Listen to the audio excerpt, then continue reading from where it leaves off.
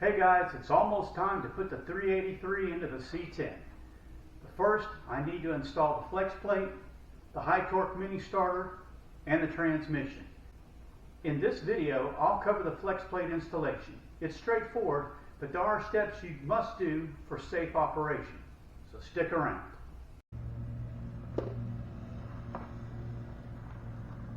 I've got the Pioneer Flexplate 871006, which is rated for high torque engines. Got these ARP bolts with a lubricant and some red Loctite to torque it all down.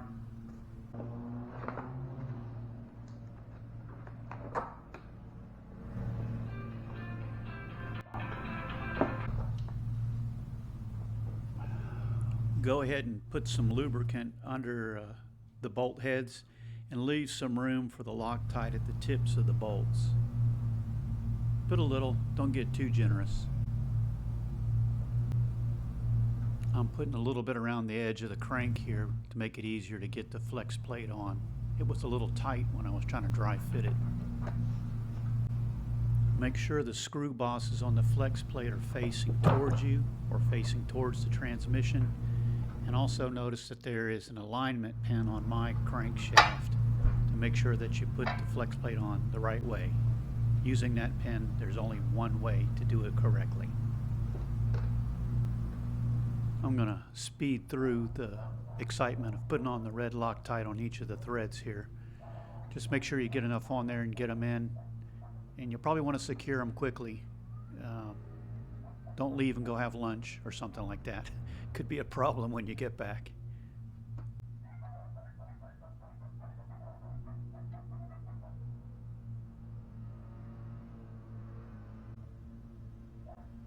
And I'll go ahead and tighten them up with a socket wrench here. Just take up the slack.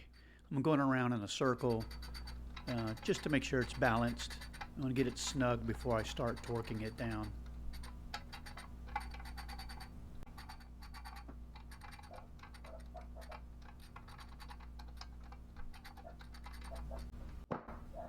If you're using ARP bolts like I am, make sure you're using a 12-point socket.